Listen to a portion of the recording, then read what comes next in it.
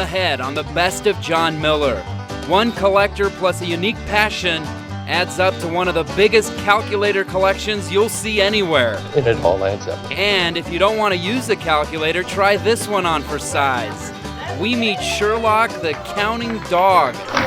But that's just the beginning of his tricks. Plus, Corey Waite has the jumpsuit and the sideburns, even though he's too young to grow sideburns. And it's not by force, it's something he wants to do. We meet a pint-sized Elvis impersonator. And just when others are slowing down... How long have you been skiing? Well, I say 50 years. Bonnie Jones is going downhill. We catch up with this retirement-age ski instructor. Discover the lighter side of Northwest living as Idaho's News Channel 7 presents The Best of John Miller. Hi again, everybody. Welcome to another edition of The Best of John Miller. I'm David Augusto. Happy to have you along this time around. Now, first up, there are people who add to their collections. Then there are people whose collections add up. Confused? John gets to the square root of this story.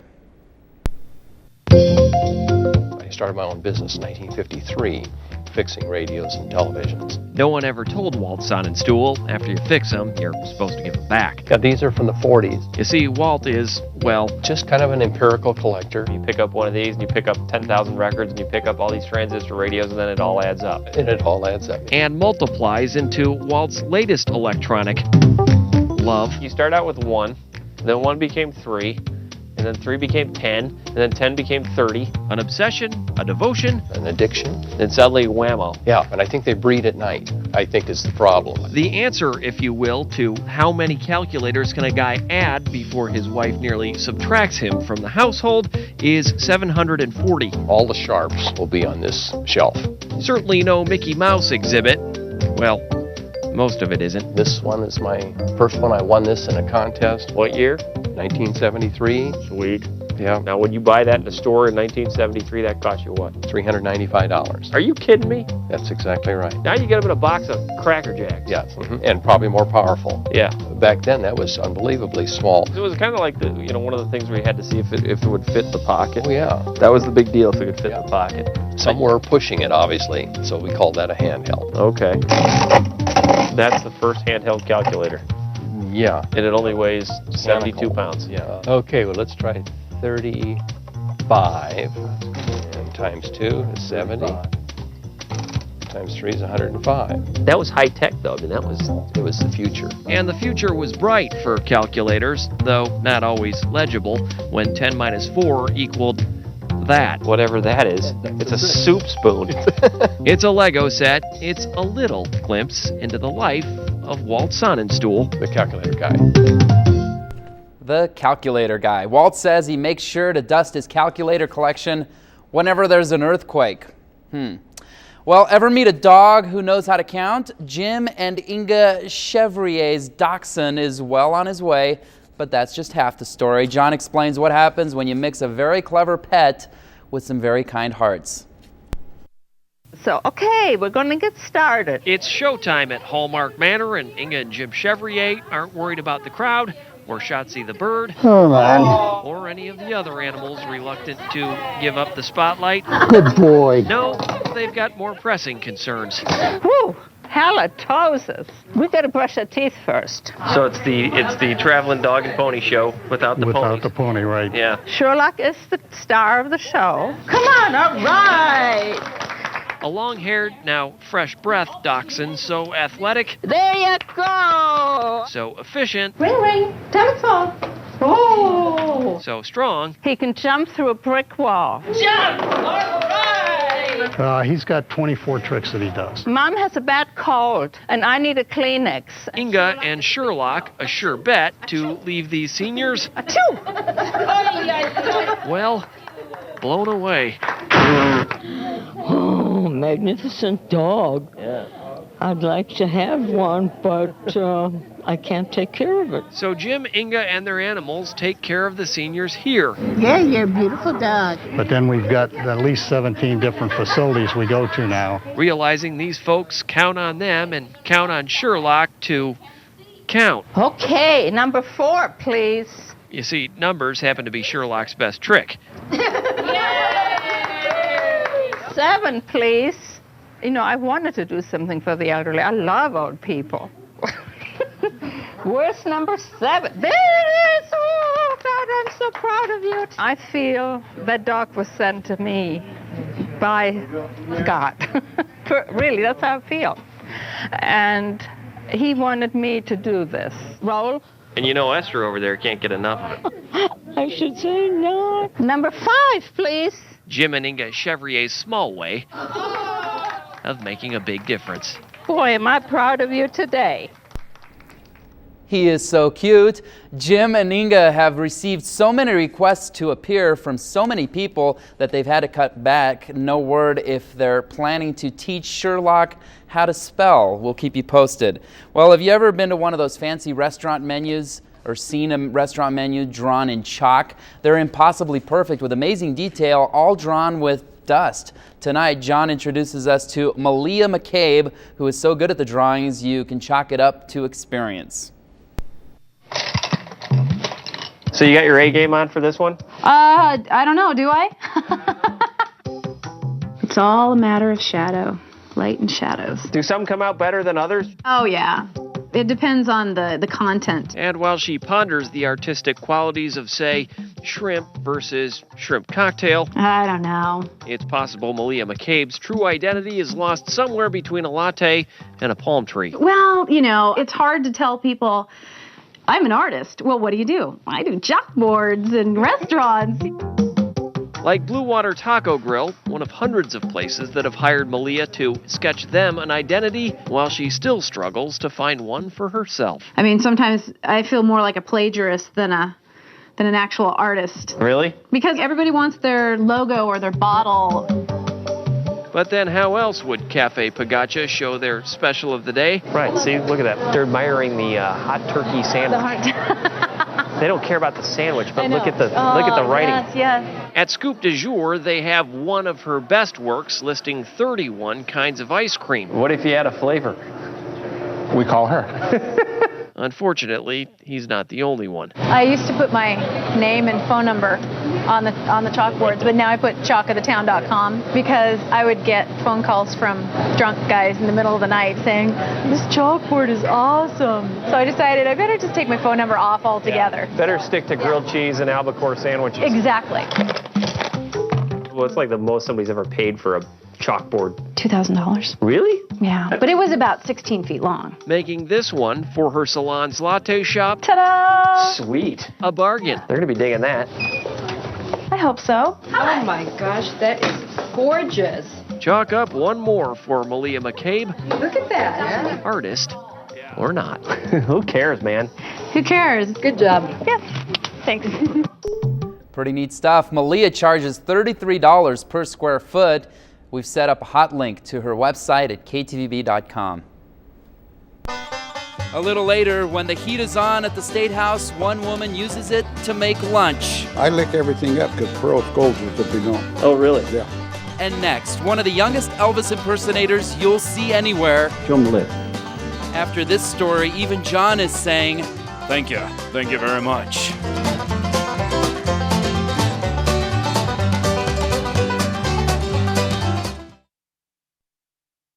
Welcome back to the Best of John Miller. Young Corey Wade is following in his father's footsteps, and his sideburns, and his jumpsuit. It's the king of all impersonations, and now it's documented in the pages of Time and People and Newsweek.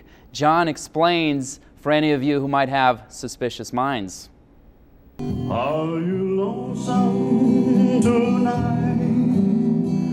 If you go by Craig Waite's house, you'll see his Elvis license plates, his Elvis collector plates, his Elvis prints and pictures, and now you'll even see his 8-year-old Elvis son. Corey, what do you think of all this hairspray and stuff? Stinks. Stinks. It stinks. But their Elvis clock doesn't stink, neither does their Elvis CD collection. That's, I don't know, maybe a third. And if there's one part of this father-son duo that definitely doesn't stink, What do you think? Show them the lip. it's their act.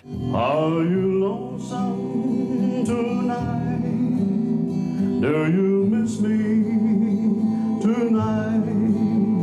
Are you sorry? It's all good enough to get them in USA Today, at least in the ad on the back of the Life section, and scattered through the pages of every major magazine you can imagine. And of all the Elvises in the shot, you guys got front and center, huh? Well, yeah, it worked out that way. I just, my boy.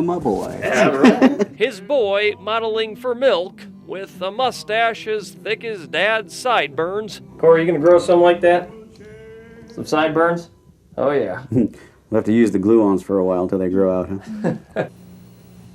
Gotta do something about those chest hairs, though. Those will come in later, huh? Borrow a few? Here's your heart, filled with pain. And it's not by force, it's something he wants to do. An obvious choice, really, when you're only 8 years old and already Elvis from lip to head to toe. Sounds like Corey's caught in a trap and can't get out. Now, if he can just get over his stage fright, his dad says that's up to him. Dad would love to see him get into the performing arts in one way or another.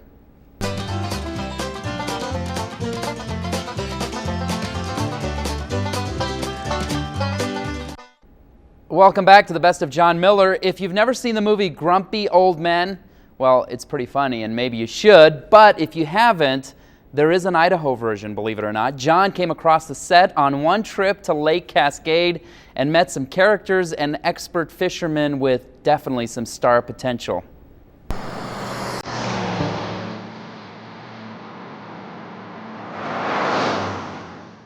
All you need's a license, a fishing pole, and a Medicare card. Yeah, you got to be covered by Medicare to be out here with this group. And don't forget to tuck a few stories in your tackle box. I caught a lot of 3-pounders this year. Man, I had a bite yesterday all day long. They get pretty big.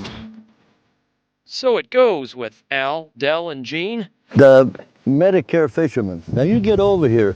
Al's the oldest, then you, then I'm young. All right, so we got 3 grumpy old men, 2 dogs, and a dozen poles between them. What makes a good fishing spot here? Nothing.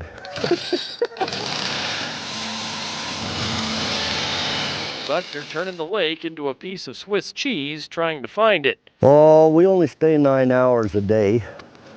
And we fish about every day until it gets real cold. Some days it's good, some days it's bad. But over on the other side of Lake Cascade, George Fisher has a surefire method of fish finding. I usually let the dog do it. Ah, right there. Thank you. George and Sage know the drill well. Throw in a little high-tech, and a little low-tech. And we call this a Cascade cocktail. I think a lot of people would think this might get a little tedious. Yeah, it's I'd say it's kind of a compulsive fishing disorder. Which must run through the veins of ice fishermen, young and old, drawing them to their cold but peaceful perches, way off the beaten path. We're here having lots of positive thoughts. Knowing time and television cameras never helped anyone catch a fish, but then again... God, I think we got him. Oh, we had a bite on this one. He's on there. He's on there. Wow. How about that? Oh, man. Yes! This is what it's all about. Thank you, Lord, for bringing me a fish today. With hopes of another tomorrow. Same place, same time. Yep. It's a tough old job, but somebody's got to do it. Sounds like fun. I want to know where Anne Margaret was in that piece. Still pretty cool. John says the folks at the Cascade Chamber of Commerce were extremely friendly and helpful, and they wanted us to pass along that they'd be happy to help you learn more about winter adventures in beautiful Cascade. Later on the Best of John Miller, meet Bonnie Jones. If you don't ski, you miss a lot in life. She's the matron of an Idaho ski resort you've maybe never heard of. And next, Pearl Krebs has the recipe for smiles. Pearl does a great job, I'll tell you. She takes real good care of us. She dishes out to Idaho's lawmakers day after day. We're back after this.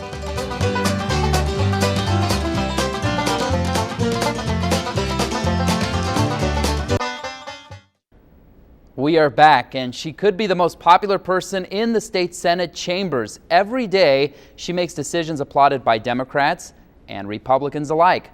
Though you've probably never heard of Pearl Krebs, John discovered almost everyone at the State House definitely knows who she is. After a day of dishing it out in the Senate chambers, there isn't a senator who isn't happy to let Pearl Krebs dish it right back. Come on in. We're serving spaghetti. Cakes and veggies, garlic bread, fruit, and cottage cheese, and more garlic bread. It's what a growing senator needs, huh? That's exactly right, and I'm one of those growing senators. Right there you go. They're easy to please. They like to eat. Boy, the spots you're causing on senatorial ties today. Isn't that the truth? And there are lots of senatorial ties to spot. Everything under control? I hope so. They're busy today. Pearl does a great job, I'll tell you. She takes real good care of us. In fact, I noticed every senator who came in said the same thing. Oh my land, the press is here. And then they said how they're glad to have old Pearl back after she missed half of last session's lunches for medical reasons. We're real glad to have her back. And look at Senator Perry. He's a clean plate commando today, huh? You bet. Just as soon as I finish my soup, I lick everything up because Pearl scolds us if we don't. Oh, really? Yeah. Hey, Pearl, Ibsen says he's doing the dishes over here. Oh, that's good. When we have the paper plates, I'm sure. Thank you, ma'am. You see, here it's good to know, even when the offerings get a little bland on the Senate floor, Pearl's always got something tasty cooking in the Senate kitchen. We spice it up good. Right. Wow, made me hungry. Looks pretty tasty. Pearl did want to make this very clear. The senators pay for the lunches. We, the taxpayers, do not. Just ahead on the Best of John Miller, we find a little magic at the Magic Mountain Ski Resort. I love it. I like to ski, and I like to work with people, kids particularly.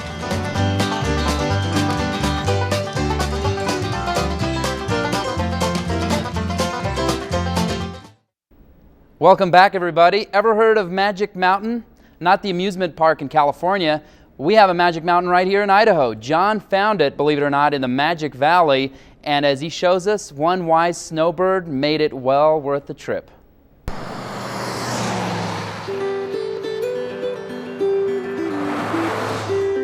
The good news about our trip to Magic Mountain, no lift lines. The bad news about our trip to Magic Mountain, no people. Oh, come on.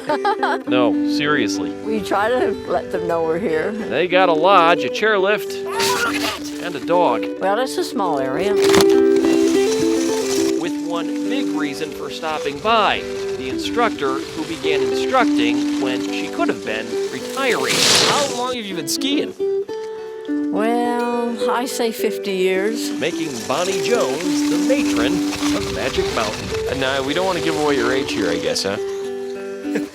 Well, I admit to 75. You admit to 75. And still wearing the badge, she admits to teaching nearly 50 days a year. Why not? I love it.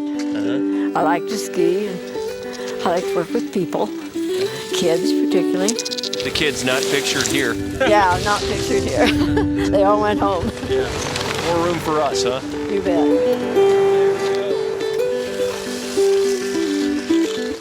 You don't ski, you miss a lot in life. We ought to call this Bonnie's Run. Well, we haven't named one that, but when I die, they'll do that. You're still pretty good on these things, though, I can see, huh? I can get down the hill. You're turning well! Bonnie Jones could teach you a lot here at Magic Mountain. What keeps you going, do you think? Well, if you never stop, if you just keep doing it. You may find yourself making turns for years to come. Just don't expect to make them on a hill called Bonnie's Run anytime soon. Well, I don't know. It's just a lot of fun. Great story. Magic Mountain is located south of Kimberly, just outside Twin Falls, and it is open Thursdays through Sundays. Well, don't try this at home, and don't try it at a restaurant either. We're not sure if we'd call Elder Stallard a professional eater, but we wouldn't call him late for dinner either. Anyway, at 6'4", 290 pounds, the Mormon missionary from New Mexico is smashing records at eateries across Boise. John tried to digest the whole story. This is a mountain of meat made for this mountain of man. 2 pounds of lean ground beef, comes with ketchup, mustard, mayo, and comes with cheese. Fries, pickle, onion, tomato, lettuce. Crammed into a behemoth burger called the Double Big Jud. Famed and fabled, it is a mouthful. Yeah, it's a lot of food. Big Jud's owner, Chris Nieder, keeps track of who can eat it the fastest. The record? 1629. That is until Elder Stollard sat down, a Mormon missionary on a mission. Yeah, I'm ready. With the table and the stage set at Big Jud's, it should be noted that only 2 days earlier over at Rocky's Diner, Elder Stollard scarfed down the Rocky's Challenge. And that's 3 patties, hot dog, pastrami, cheese, covered with chili, same size chili cheese fries, and a milkshake. There 1 minute, gone the next. And for dessert? A chocolate cream pie. Back at Big Jud's, the big guy was making a big dent. This is a good hamburger. We never think anyone can do it. We've had so many try. I'm good. And when all was said and done, Elder Stollard had swallowed the record, digested the competition. 15 minutes, 38 seconds. He beat it by a minute. Undisputedly, the king. The Burger King of all who've come and tried to conquer the Double Big Jud. Mission accomplished. Wow. Now, Elder celebrated his record at Big Jud's with a 2-scoop waffle cone, a piece of pie, and a brownie. And yes, he got the burger for free for his effort. By the way, several people have broken his record since then. He ate the meal in 15 minutes and 38 seconds. The Big Jud's manager tells us the current record is 12 minutes and 27 seconds. It's enough to give you heartburn. It costs $15.99 plus tax. That'll do it for now. I'll see you next week as we look at more of the best of John Miller.